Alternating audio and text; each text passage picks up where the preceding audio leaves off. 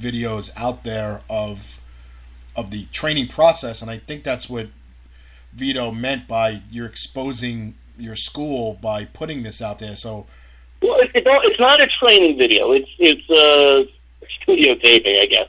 Yeah. And it's whatever it is. When I go live on Facebook, or maybe I post it's mainly live on Facebook of training. It's usually cardio. And I don't sit there and put my phone, because that's what I'm using the film, on the person that can't do the cardio. I usually put it on the people that are keeping up with the cardio. Right.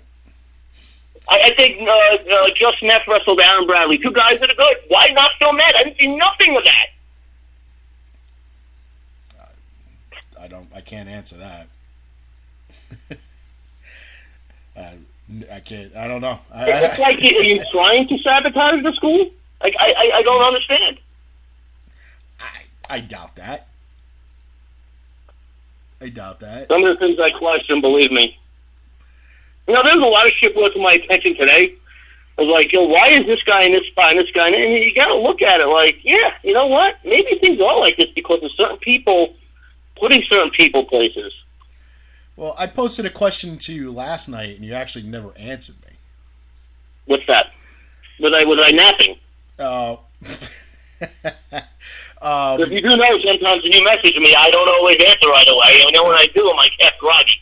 Well, you answered part of it, because I asked you about if a certain worker in your program takes this seriously, and you told me no, and then I kind of responded, then why? Meaning... I remember you asking me. I must have been episode. Yeah. Did I answer the question? No, but you didn't answer the second part. Because you said no, you don't take it seriously. And my reply why was, then why? I remember then why, yeah.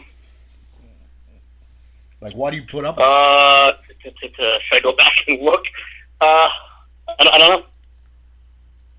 I don't know. I think a lot of guys think this is playtime. And that's fine, because I've seen that everywhere. I started wrestling Giant to be 20 years from me. And I've seen guys, you could ask other guys. I don't know if these guys are listening, if the Bruisers listening, the guys like that. But, when I started wrestling at Gleason's, there was guys that would join up and pay an outrageous amount of money to Johnny and be done in a week, a month, 2 months, 3 months, and call it a day. And I'm sure other wrestling schools have that out, throughout the country, throughout New York City. And we have it too. Guys think this is a joke. And then when you get in there with somebody, that's legit, they quit. The thing is, the guy the TK won't come in on my day, because my day's not bullshit day. It's not sit on your cell phone. It's not no bumping. It's we bump, we do drills, and there's nobody on their phones hanging out. The trainers on their phones hanging out. It's like, if Vito comes into the school, which we're trying to set up for him to come in all 3 days, I guarantee you, if I said he'll be here all week, I'm not going to tell him a week. Right after Tuesday, guys, word will get out. Nobody will show up Wednesday and Thursday. I guarantee it. Because they don't know what it is to train.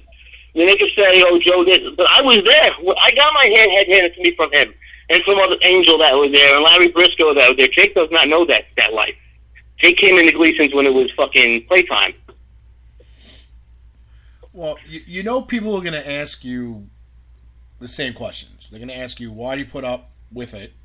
Why do you continue to employ people if you're not happy with their training measures?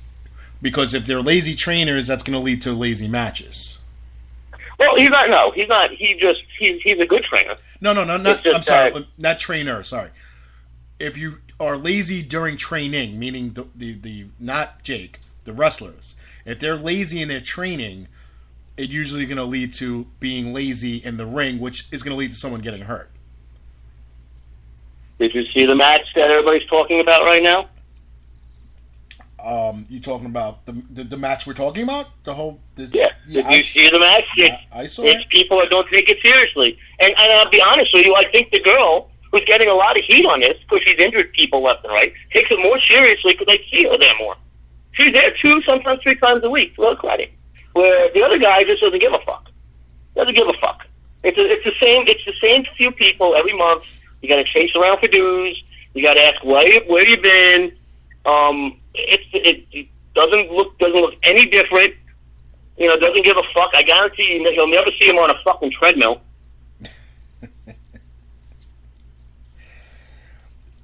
Then why do you deal with this? Now, I am fat, believe me. And I feel disgusted. I had a lot of spaghetti today. But I'm also 41 and I'm done wrestling. You know what I mean?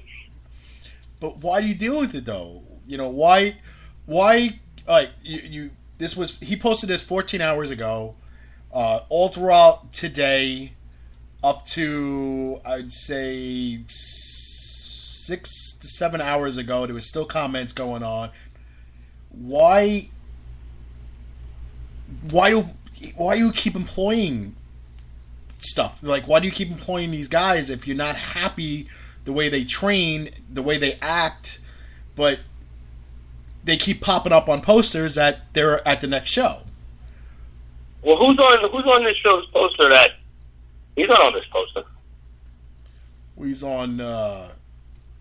Let me go. Hold on. Let me look. Yeah. Which one? Brooklyn? No, he's not either one of them. I see Jake's on both of them. I see Mickey Adams. I see Darius Carter. I see Matt Stryker. I see Juba, Call Up, Danny Mops on both. The Ducklings are on one. Sonny Kiss, Chris Banks, Phil Yates. AOC's on it. Strange. I don't see him anywhere on this. I see his partner. He was kind of hitting there in the back. Did you? I could have swore I saw him advertised for this show yesterday. Oh yeah, he's wrestling. So what do you want me to do? Take him? Actually, he was supposed to be in the ladder match. He's got taken out of that after watching that shit. But what am I going to do? Punish his partner because of him? No, you don't. They got to be someone fair. That I understand, but I mean, I could only compare this to when I coached college ball, and if they showed up to practice and they half-assed it and they were lazy, game time, they sat. And they watched the one who did bust their ass and trained hard and did their cardio and wasn't throwing up at practice. They played. And the ones who... Do me a favor.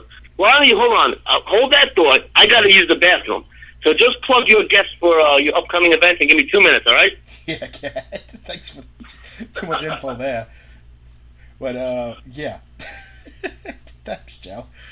Okay, so let's take a look at the card for some of the matches for December 2nd. Warriors of Wrestling, they're going to be celebrating their 10-year anniversary show. You're going to have a title match that's going to see Juba take on the champion Jason Karloff. The Warriors of Wrestling World Tag Team title weapons match, the Apostles of Chaos will take on the champion Scotty Priest and Jose. You're going to have Dan Maff take on Jay George. That should be an interesting match. Matt Stryker, former WWE star and a man that's currently with Lucha Underground, take on former champion Chris Steeler. The tag team breakup match. The Perfect Strangers will take on Darius Carter and Abdul Nasir. And I'm guessing the loser of that match, that team will have to break up. I'm back. Yeah. So let me ask you a real question, because I just announced the Perfect Strangers versus Darius Carter and Abdul Nasir in a breakup match. So I'm guessing the loser of that team has to break up? Well, Mr. Muffin Ass, if you would have stuck around at the last show, you would have seen Mr. Abdul came out and told the strangers who were not getting along well that they found him to a match, I believe. I don't know if I was in the building at the time, but he's going to get his partner Carter because Neff is in the past, present, future battle royal. Mm-hmm. And they're going to have a tag team match, and whatever team doesn't win, sayonara. So if Abdul and Carter don't win, that means the whole Hostile Collective has to break up. It's a lot riding on that. And hold on one second, Master. Somebody just wrote me, and like I said, this is a Q&A, so I'm not going to mention the names of who wrote me. I feel like why do you deal with it has been asked you more than some people breathe. You're always dealing with some bullshit. Yeah, I know. It's there's no quick, easy fixes to some of these problems either. why do I deal with it? It's just, sometimes I just do. And, look, you have students that bust their ass. I mean, you've had students who debuted within this year on the main roster that busted their ass, and week in and week out they've improved, and show after show they've improved. So, you like to promote within, which I commend you on that. You like to, turn out your own talent.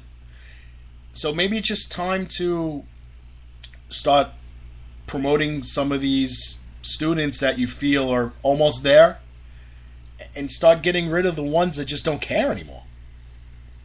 Well, that's January show isn't booked yet.